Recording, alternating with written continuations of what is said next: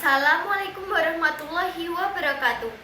Salam sejahtera bagi kita semua. Salam Om Swastiastu, Namo Buddhaya, dan salam kebajikan bagi kita semua. Yang terhormat Ibu Teresia Pinaka Ratnane Hapsari SPD selaku dosen mata kuliah berbicara serta teman-teman yang berbahagia. Sebelumnya, perkenalkan nama saya Atifah Sylvia Apriliani dengan NPM 25030110149 dari Program Studi Pendidikan Bahasa dan Sastra Indonesia Fakultas Keguruan dan Ilmu Pendidikan Rombel 3. Pada kali ini saya akan memaparkan sebuah materi mengenai makanan tradisional yang ada di Indonesia, yaitu getuk trio. Saya mengangkat tema peran getuk trio dalam menghadapi tantangan di era modern. Yang pertama yaitu latar belakang. Getuk trio merupakan makanan tradisional yang berasal dari Magelang. Getuk trio ini terkenal dengan ciri khas lapisan berwarna putih, merah muda, dan coklat. Secara spesifik, pemberian tiga warna ini tidak mengandung makna filosofis. Lalu, apa sih makna filosofis yang terkandung di dalamnya? Makna filosofis yang terkandung pada getuk trio yaitu pada bahan untuk membuatnya. Singkong yang dijadikan bahan utama pada getuk trio menyimbolkan makna kesederhanaan.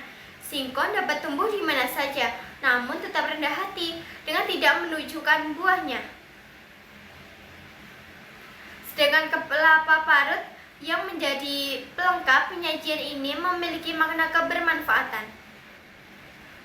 Seiring perkembangan zaman, makanan tradisional seperti getuk trio sudah mulai ditinggalkan dan banyak orang lebih milih makanan cepat saji. Padahal harapannya, makanan tradisional seperti ini seharusnya bisa tersebar luas dan terkenal oleh banyak kalangan. Selanjutnya, yaitu rumusan masalah. Saya mengambil satu rumusan masalah, yaitu bagaimana sih cara mempertahankan getuk trio agar tetap terjaga keotentikannya dan dapat bersaing di era modern seperti saat ini? Dengan tujuan rumusan masalah, menjelaskan strategi pelestarian keotentikan getuk trio agar tetap relevan dan terus diminati. Rumusan masalah ini diangkat karena getuk trio bukan hanya sekedar produk makanan, tapi juga bagian dari identitas budaya dan sejarah kuliner Indonesia, khususnya dari Magelang. Di tengah derasnya arus modernisasi dan globalisasi, banyak produk lokal tradisional yang mulai tergerus oleh perubahan tren dan selera pasar. Oleh karena itu, penting untuk mengkaji bagaimana getuk trio dapat mempertahankan keasliannya, baik dari segi rasa, tampilan, maupun nilai historis, namun tetap mampu bersaing secara relevan di tengah persaingan industri makanan modern. Setelah itu, selanjutnya yaitu urgensi permasalahan. Masalah ini penting untuk dibahas agar makanan tradisional seperti getuk trio tidak hilang di telan zaman. Dengan semakin berkembangnya makanan modern, generasi muda cenderung melupakan kuliner khas daerah. Maka perlu ada upaya agar getuk trio tetap dikenal, dicintai, dan mampu bersaing tanpa kehilangan keotentikannya. Selanjutnya ada metodologi yang menggunakan metode studi pustaka.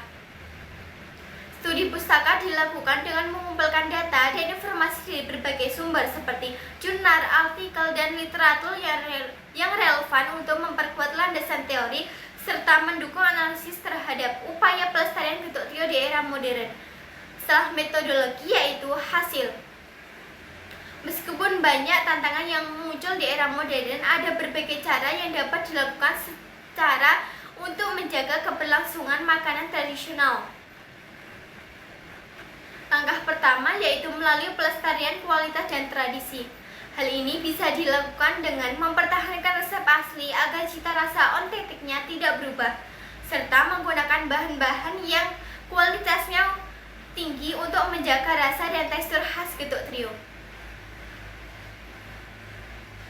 Selanjutnya yaitu perlu dilakukan pengembangan inovasi produk agar getuk trio tetap relevan dengan selera konsumen masa kini, terutama generasi muda. Inovasi ini bisa berupa penambahan variasi topping seperti keju, coklat, atau selai tanpa mengubah resep rasanya. Setelah itu, menggunakan kemasan yang menarik juga penting. Misalnya menggunakan kotak bergambar yang estetik untuk menarik minat pembeli. Inovasi lain yang tidak kalah penting adalah penggunaan teknologi vakum agar produk dapat bertahan lama dan memungkinkan pengiriman keluar daerah. Terakhir, di era digital seperti sekarang, pemasaran digital menjadi kunci utama dalam memperluas jangkauan pasar. Promosi dapat dilakukan melalui media sosial dengan membuat konten video yang menarik serta menjual produk melalui toko online. Jadi, dari semua hal yang sudah kita bahas tadi, bisa kita simpulkan bahwa makanan tradisional seperti getuk trio tetap memiliki peluang besar untuk bertahan dan berkembang di tengah tantangan era modern. Dengan menjaga kualitasnya dan resep asli, mengembangkan inovasi tanpa menghilangkan keotentikan rasanya, serta memanfaatkan pemasaran digital secara maksimal. Getuk trio dapat terus dikenal, diminati oleh generasi muda, dan mampu bersaing dengan produk makanan modern lainnya. Pelestarian budaya melalui kuliner tradisional bukan hanya soal mempertahankan rasa, tetapi juga tentang adaptasi dan kreativitas agar warisan lokal tetap hidup di tengah perubahan zaman. Selanjutnya ada saran dan arahan masa depan. Ada 2 poin. Poin yang pertama yaitu mengintegrasikan pembelajaran seperti proyek penguatan profil pelajar Pancasila atau P5 yang mengangkat tema tentang makanan tradisional. Melalui proyek ini, siswa tidak hanya belajar mengenal makanan lokal seperti getuk trio saja, tetapi juga memahami nilai budaya serta sejarah yang penting melestarikan warisan kuliner Indonesia, dan mampu menumbuhkan rasa cinta terhadap budaya sejak dini. Selanjutnya, poin yang kedua yaitu mengadakan festival getuk di berbagai daerah sebagai ajang promosi sekaligus edukasi kepada masyarakat luas. Festival semacam ini dapat menampilkan berbagai varian getuk termasuk getuk trio dalam kemasan yang menarik dan modern.